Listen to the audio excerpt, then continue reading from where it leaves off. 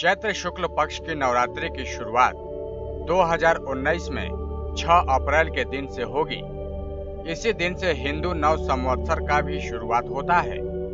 चैत्र महीने के नवरात्र को वार्षिक नवरात्र कहा जाता है। इन दिनों नवरात्र में शास्त्रों के अनुसार कन्या या फिर कुमारी पूजन किया जाता है। कुमारी पूजन में 10 साल तक की कन्याओं का विधान है। नवरात्रि के पावन अवसर पर अष्टमी और नवमी के दिन कुमारी कन्याओं का पूजन किया जाता है। 9 दिनों तक चलने वाली नवरात्रि के त्योहार में मां दुर्गा के 9 स्वरूपों शैलपुत्री, ब्रह्मचारिणी, चंद्रघंटा, कुष्मांडा, स्कंदमाता, कात्यायनी, कालरात्रि, महागौरी और सिद्धदात्री देवी की पूजा का विधान है। नवरात्र के इन प्रमुख 9 दिनों में लोग नियमित रूप से पूजा पाठ और व्रत का पालन करते हैं।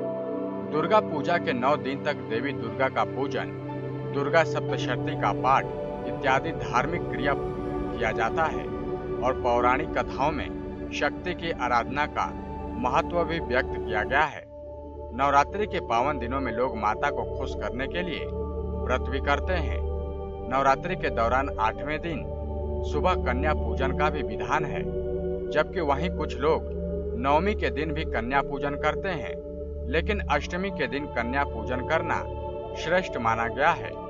नवरात्रि में जितना दुर्गा पूजन का महत्व होता है, उतना ही कन्या पूजन का भी महत्व होता है।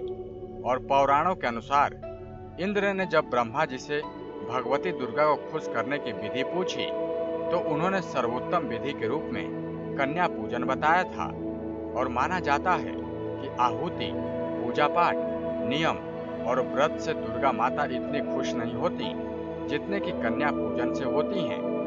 आज मैं आपको बताऊंगा उन 3 कामों के बारे में जिसे कन्या पूजन के बाद भूल कर भी नहीं करना चाहिए। अगर आप ऐसा करते हैं तो ये आपकी बर्बादी का कारण बनते हैं और माता दुर्गा आपसे क्रोधित भी होती हैं। तो चलिए आपको बताते हैं उन 3 कामों के बारे में।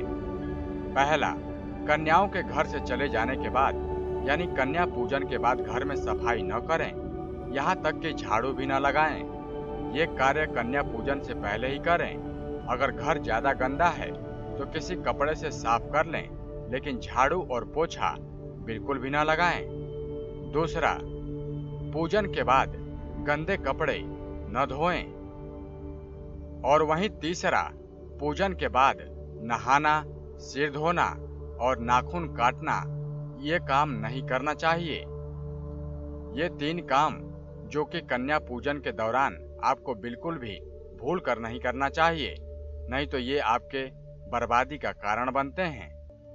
वहीं श्रीमद् देवी भागवत के मुताबिक कन्या पूजन के कुछ नियम भी बताए गए हैं। उनमें 1 साल की कन्या को नहीं बुलाना चाहिए, क्योंकि वो कन्या गंध, भोग आदि पदार्थों के स्वाद से बिल्कुल अनजान रहती है। कुमारी कन्या वो कहलाती है जो 2 साल की हो चुकी हो। 3 साल की कन्या त्रिमूर्ति, 4 साल की कल्याणी, 5 वर्ष की रोहिणी और 6 वर्ष की कालिका, 7 वर्ष की चंडिका, 8 वर्ष की शांभवी, 9 वर्ष की दुर्गा और 10 वर्ष की कन्या सुभद्रा कहलाती है। इससे ऊपर की उम्र वाली कन्या का पूजन नहीं करना चाहिए। कुमारियों की विधिवत पूजा करनी चाहिए, फिर खुद प्रसाद ग्रहण करके अपने व्रत को पूरा कर ब्राह्मण को दक्षिणा देनी चाहिए और उनके पैर छूकर विदा करना होता है। कन्या पूजन से दरिद्रता का नाश, शत्रुओं का क्षय और धन आयु की वृद्धि होती है, तो वहीं विद्या, विजय, सुख, समृद्धि भी हासिल होती है। नेक्स्ट 9 स्पिरिचुअल से प्रीत राय की रिपोर्ट।